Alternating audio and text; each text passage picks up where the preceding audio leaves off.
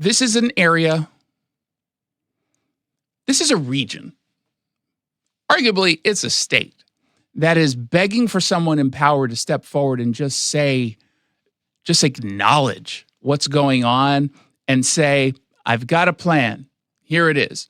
Every once in a while, we get Bruce Harrell who says, I will have a plan at some point in the next few weeks, months, maybe a year. I have a plan that's forthcoming.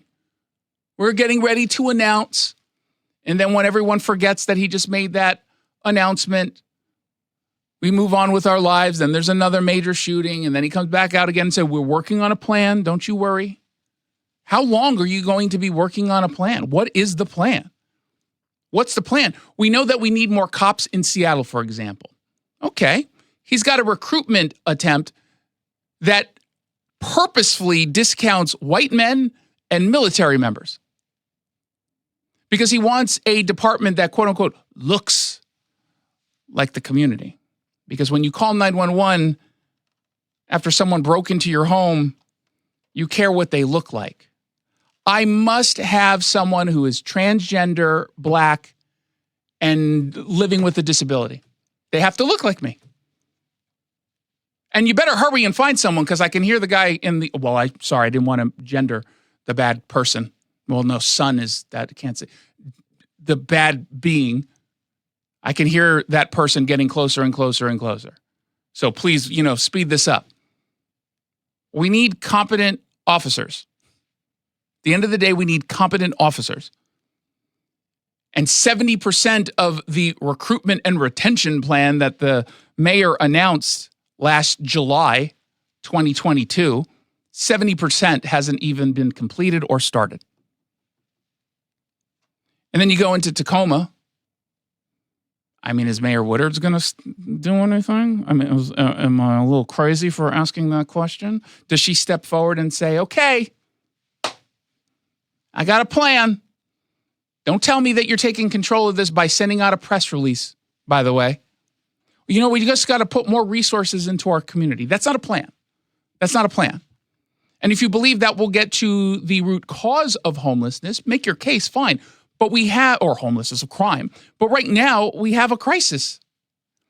And Tacoma PD is suffering the same as the Seattle Police Department is suffering. Lack of staff, lack of resources. You call 911. Once they eventually pick up, your call goes in a long queue. You've got officers in Tacoma, the second that they start their shift, they're already working from behind. There's a backlog of calls. Same in Seattle. I can't remember if I said this yesterday, but over the weekend on Saturday night, the city of Seattle was 20 officers under the staffing minimums. Citywide. The North Precinct was hit the hardest, but it was felt across all the precincts. 20 officers under staffing minimums. Do you know what a staffing minimum is? Any guesses?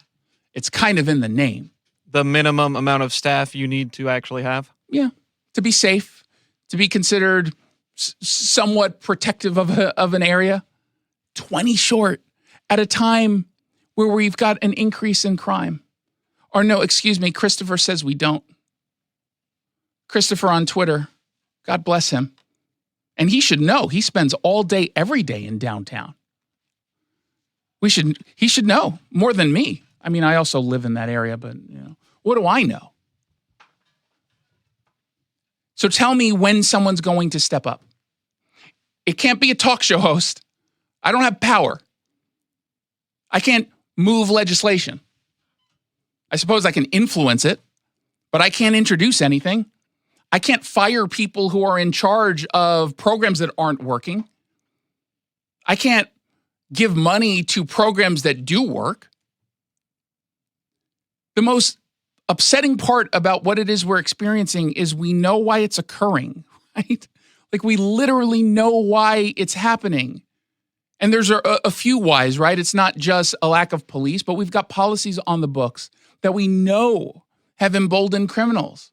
A vehicular pursuit ban, a law that says you can't even look the wrong way at a juvenile suspect until he gets a lawyer or she gets a lawyer. You have all of these policies that we can just do away with.